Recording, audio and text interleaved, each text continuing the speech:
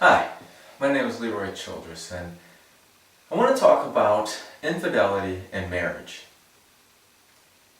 When I think about infidelity in marriage, I think about the relationships that I see come into my office with individuals who want to get divorced because of infidelity.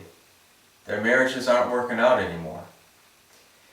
And that begins to bother me when I think about how many individuals and how many couples that stood before God and took an oath and a commitment to one another that they would remain faithful and pure to one another, but yet to find out that because of infidelity, they are now throwing in a towel, they're calling it quits.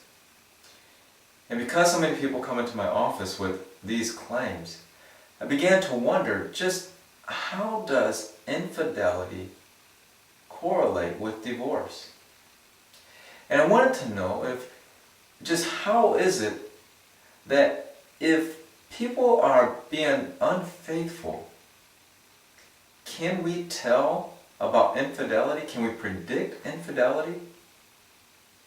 Here are some numbers that you might not know. The American Psychological Association in 2014 said that 40 to 50% of all married people will get divorced. Another study was done, and it says that 80% of Christians will get married. Unfortunately, 33% of them will get divorced, according to Jillian. One more stat for you. Researchers estimate that 30 to 60% of all married couples will face infidelity at some point in their marriage. Now, we can't be sure of the correlation between the two, but with numbers like this, I have to suspect that there is a correlation. And I want to take this a step further. Neurogen, they did a study that consisted of 125 males and 233 females. And they were asked, what is infidelity? The males responded and said that it was physical contact and typically sexual, while females answered it was an intense emotional relationship outside of their own. Now we know from a biblical perspective that infidelity is one of the only reasons for divorce. Now that's in Matthew chapter 5 and again in chapter 19.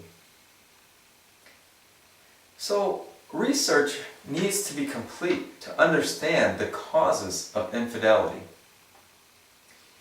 Leaker and Corzoli acknowledged that more attention needs to be given to the emotional responses of infidelity. Russell, Baker, and McNulty in 2013 did research linking the attachment theory to being able to predict marital infidelity. But they also note that most research has been done on unmarried couples. Now, research was done with 220 individuals, and of those 220, 500 reasons were given to remain faithful. And I thought that was pretty good. Until I seen the other side that gave over 1,000 reasons to cheat.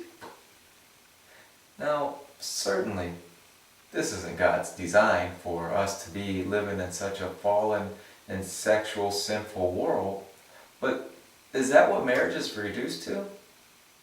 Can it not be predicted and helped? Well, I would like to think that it can be. I would like to think that if research was done and people were educated about infidelity, and counselors and pastors were taught about the reasons why people engage in infidelity, and these things were taught during premarital counseling, it can help lower infidelity rates, which would then in turn lower the divorce rates. So the null hypothesis would be that there is no correlation between infidelity and divorce, and that study and correlation will not help counselors predict and prevent infidelity in marriages. Now, there was one beneficial study with 77 individuals who were actively engaged in infidelity. The reasons that they listed for being cheating in their relationship were sexual and emotional needs not being met and fulfilled, falling in love. Now, although that this sample size was small, it does prove to have some benefits and or to be beneficial for us to look into. Now, that study was done by Amazari, Miller, Schultz, and Timmerman, but more needs to be done. As a matter of fact, Leaker and Gonzalez in 2014 said that very same thing, that more attention needs to be given to the emotional responses. So here's what I proposed for my research, and that was that a quota sampling of married couples be taken. Now, this would be individuals at different stages of the marital life, and so there needs to be a large sample size of individuals who are willing to admit that they're in currently or past infidelity. So a 60-40 split of male to female would be allotted.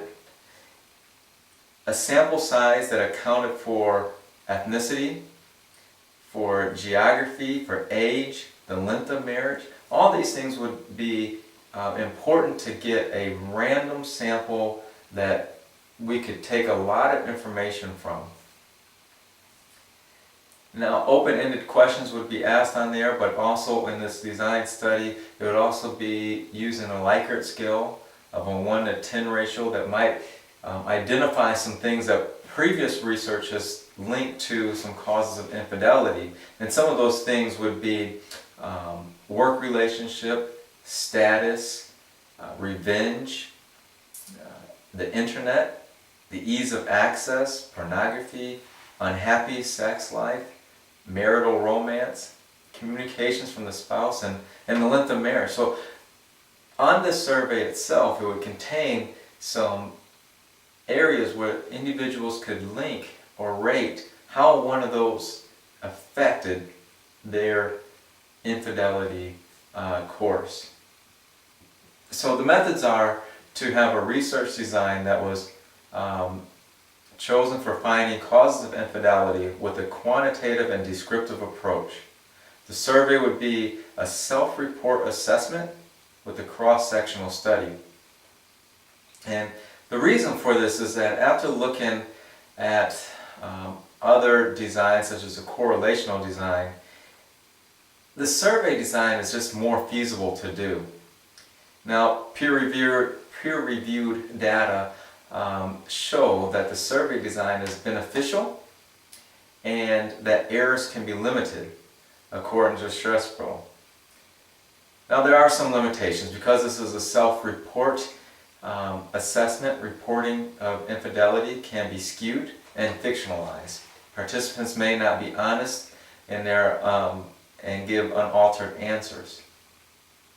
So we'll be looking at those two variables. We're looking at infidelity and we're looking at marriages. And we're looking at infidelity with reasons for infidelity. And so this is what we're trying to gauge to see if we can understand truthfully why do individuals commit infidelity.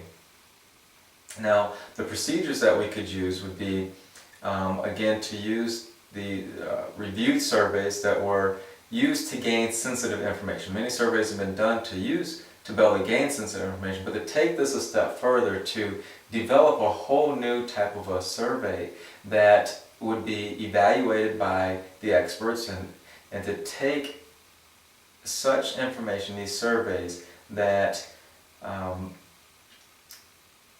would have, again, open-ended questions, and that would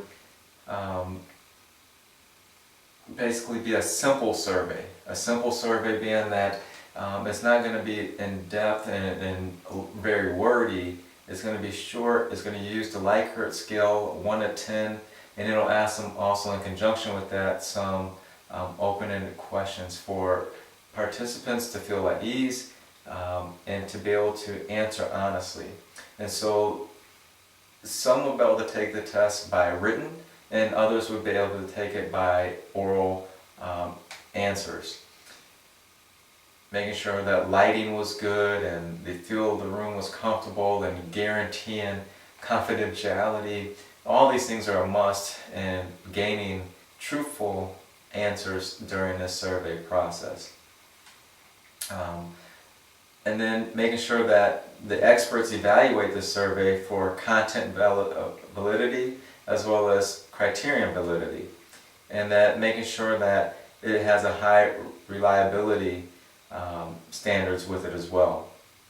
And then with some control features, using a split half reliability would be used to make sure that what's being taken in can truly be evaluated, and we can begin to generate a good correlation between infidelity and marriage and how that all breaks down, so that one day we can begin to help reduce and not just take it as a norm or this is the sign of the times that divorce is imminent in your future, but to really take a stand on helping marriages work out.